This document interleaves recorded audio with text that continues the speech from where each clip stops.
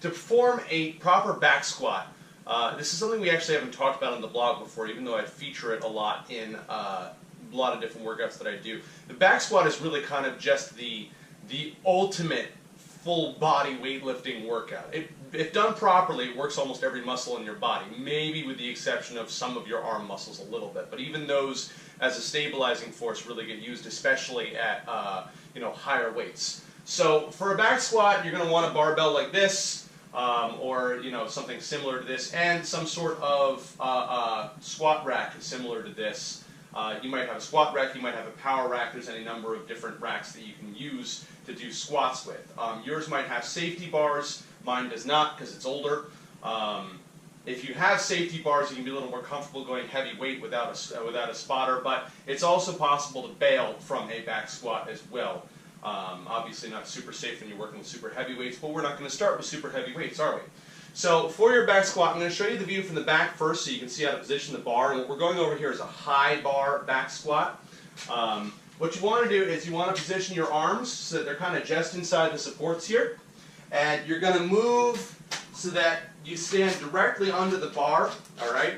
I've got my weight on my straight over my feet right now, and I've got my shoulders over my hips, over my heels. And what I want to do is I want to rest the bar on my traps. That's the muscles right here on the other side of your neck. They connect your neck to your shoulders.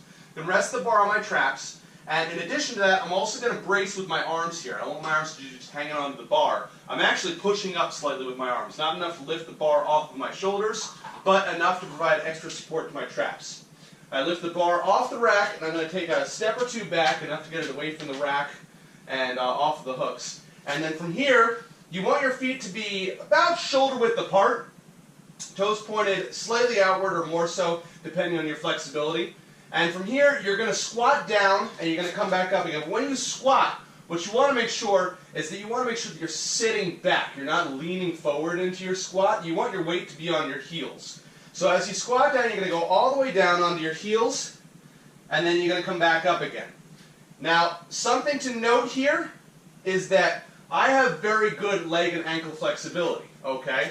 Which means that I can go all the way down in my squat until I am resting basically on my ankles. It's called an ass to grass squat, if you want to get a little vulgar about it. All right, I'll show you from the side here. I squat down, and I can stop here. This is a pause squat. I can stop here and then raise back up again. And I'm doing this so I can show you specifically what I'm talking about. A lot of people say don't let your knees go past your toes when you squat, but that's not really what you want to worry about. What you want to worry about is that your back is upright, your head is neutral, all right, not looking at the sky, neutral, and you want to make sure that the bar path stays over your heels. And by bar path, I mean the route at which the bar, which you can see very well from the side here, takes. I want a nice straight up and down motion from the bar, staying above my heels the whole time. If you do this, then it really doesn't matter if your knees go past your toes as long as your weight is on your heels. You're driving through your heels and up through your hips, and the bar is staying over your heels the whole time. All right? The main reason here is that you don't want the weight to be shifting forward on your toes because you can damage your knees like that. So one more time, I'm going to stay upright like this. I squat down, and then I go back up again.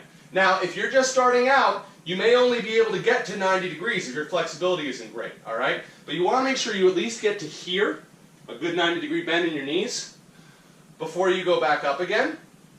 And as your flexibility increases and your muscular control gets better, you'll be able to get lower and lower. But don't cheat.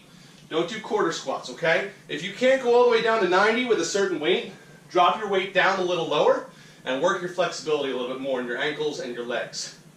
So I'm just going to re-rack this weight here. Once you are done doing your squat, all right, you're going to step back forward until you find the rack, and then you just let the bar ride right back into its hooks again. All right, so that's the back squat. Listen.